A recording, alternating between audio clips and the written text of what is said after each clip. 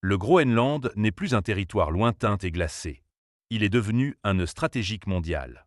Et cette fois, l'Europe a décidé de sortir le bazooka diplomatique. Mais dans ce jeu de puissance, une question s'impose immédiatement. Quelle sera la riposte américaine? Washington dispose de plusieurs leviers. D'abord, le levier politique, minimiser publiquement la pression européenne tout en renforçant discrètement sa présence stratégique dans l'Arctique. Ensuite, le levier militaire indirect, intensifier la coopération sécuritaire autour du Groenland sous couvert de défense collective. Enfin, le levier économique, utiliser le poids des marchés, des investissements et des accords pour rappeler que les États-Unis restent l'acteur dominant. Si la tension monte, les conséquences économiques seront réelles. Pour l'économie américaine, un bras de fer prolongé signifie incertitude sur les routes maritimes arctiques, pression sur les chaînes d'approvisionnement stratégiques, volatilité accrue sur les marchés de l'énergie et des matières premières. À l'échelle mondiale, le bazooka européen peut provoquer une hausse des coûts logistiques, une nervosité des investisseurs et une fragmentation accrue des blocs économiques. Mais l'Europe n'est pas sans risque. Une riposte américaine pourrait frapper directement le continent européen. Tensions commerciales, ralentissement des investissements transatlantiques, divisions internes entre États membres, certains plus alignés sur Washington que d'autres. Le Groenland devient alors un test d'unité européenne. Tenir la ligne commune ou céder sous pression.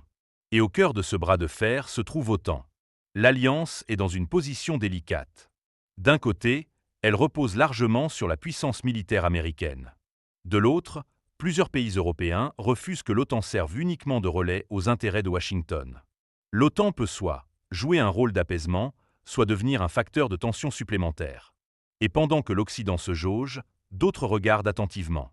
Russie suit la situation de très près. Pour Moscou, toute division entre l'Europe et les États-Unis est une opportunité stratégique. L'Arctique est déjà une zone de militarisation russe. Un Occident divisé renforce la position du Kremlin. Chine, elle, avance avec patience.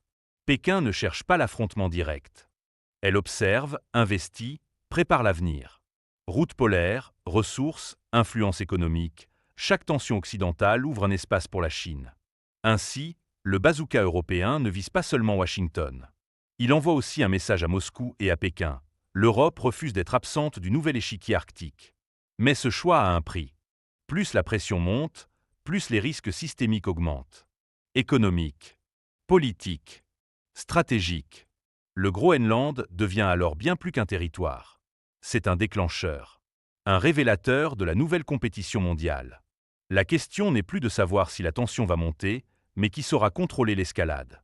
Car dans ce bras de fer glacé, un faux pas peut coûter très cher.